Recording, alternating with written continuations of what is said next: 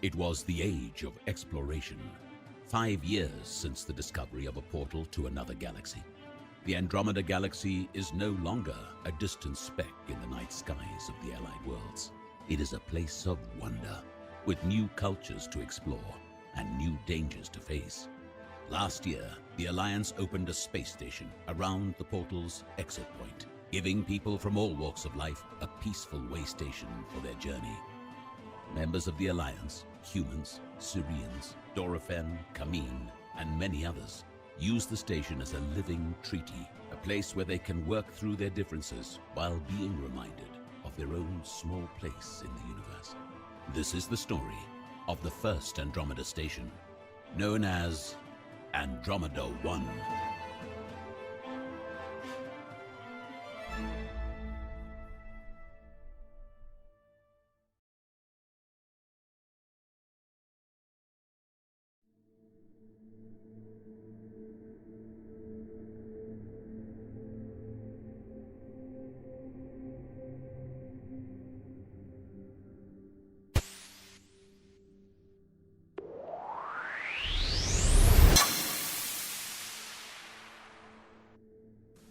Traveling to another world always gave Gu'Tah a tingling feeling in his feet.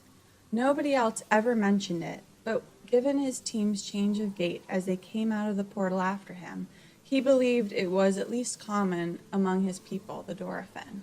He curled his toes a few times to get rid of the feeling, then marched with his team to explore the new world. His team knew what to do without being told. 2 members moved on ahead to scout, while he and the other 2 hung back to sweep. They were looking for any signs of native cultures, with orders to avoid first contact unless strictly necessary. The all-Dorofen team was the first security measure to assess any potential threat before an Alpha Squad, the scientists who studied Andromedan technologies and cultures, showed up. Only 1 in 10 planets had sentient life colonizing it, so most of their missions were just walking for miles and planting a transmitter before turning back to the portal. Gu'Tah hid a yawn as they walked. The only new mystery here was why someone would create a portal in the middle of nowhere.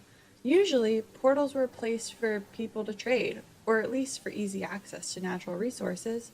Gu'Tah could see nothing here but sand and rocks. Heck of a place. It's a bit dry. Gu'Tah's second, Ri'Dal, had a knack for stating the obvious. The world was arid, dotted with hills, but no large foliage for miles. From their scans, they knew that the world had a large jungle covering one half, but the other half, the side with the portal, was completely barren. Of course it's dry, and it's hot. It's a freaking desert! What do you expect? Inwardly, Gu'Tah kicked himself. He had left that one wide open. They were speaking in their native tongue, but he had accidentally used a human word, one his wife loved using in conversation. Freaking? I don't know this word. Fëanor, another longtime member of his recon team, had a sly grin on her face as she looked at Ri'Dal. Gu'Tah wasn't fooled. They were setting him up for yet another taunt. Must be that human he married. She has been rubbing off on you, old friend. What next? Will he start sleeping with a toy and sucking his thumb?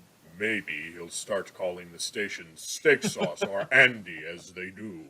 Very funny. You're both fierce Dorofen warriors in both battle and wit. Now, can we get back to the mission?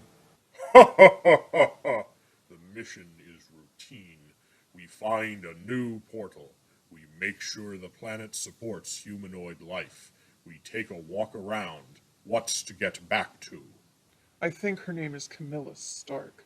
Of course getting back to her is his priority. They've only been married a year. Do you blame me? You have seen her, have you not? She's pretty enough for a human, but she's kind of short. Give me a fine Dorofen woman any day. Like that doctor, what's her name? Caladelia Ain. Ri'Dal dramatically put his hand over his heart, staring blankly into the horizon. Gu'Tah knew that his friend was just hamming it up for the younger Fëanor, who heartily laughed at his antics. A lovely woman, as deadly as she is beautiful. And happily married to my brother. You've never seen Camilla shoot her rifle, have you? Back to the human again. Gu'Tah, some might say you're obsessed. Gu'Tah, come quick! The trio ran towards the shout, meeting up with the other 2 members of their squad. What is it? People, about a mile ahead. They're working in some kind of quarry. Gu'Tah took the scout's binoculars and looked down the short slope where his scout was pointing. Sure enough, he could see a quarry of miners were filling large carts with sparkling rocks. Not miners. The people were made up of many different races. The explorers from Andromeda One had encountered quite a few of them before, but never so many different races in one place. If that wasn't clue enough, there were several large, winged, lizard-like aliens holding and using electric whips on those mining the rocks. Slavers. A dishonorable way to treat enemy warriors or innocent civilians. Who are they to do this? You know our orders. Fall back to the portal. Gu'Tah warned his team, all of whom gripped their weapons tightly. The team grumbled, but obeyed. Gu'Tah couldn't blame them. His first instinct would be to run down and free all of the slaves, but that would lead to a full confrontation. His team were all proud warriors, but 6 of them couldn't take on all the lizard folk he saw down there. There were at least 20, assuming that there weren't more around the other side of the quarry rocks. We'll come back. I doubt Tanner will stand for this any more than we can. The human in charge. His blood never boils, even over an injustice such as this. He was a pirate before he was a commander of Andromeda One. He stole goods from his own people. What makes you think he would care about another world's slaves?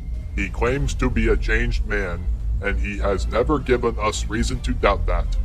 We shall see what he does when we get back to steak sauce. The words had the intended effect.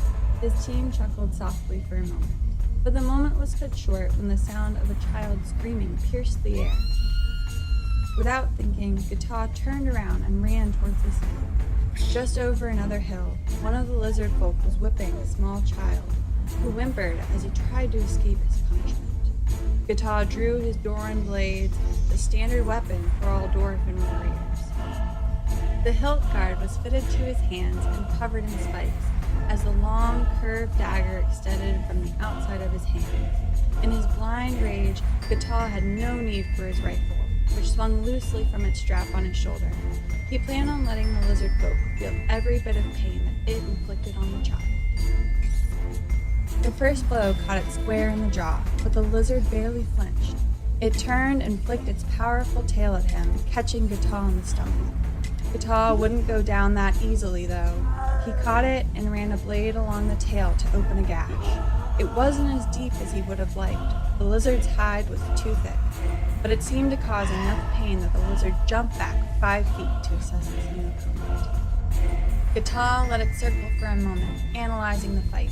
The lizard stood like a humanoid, but it had long talons on the ends of each of its 4 fingers.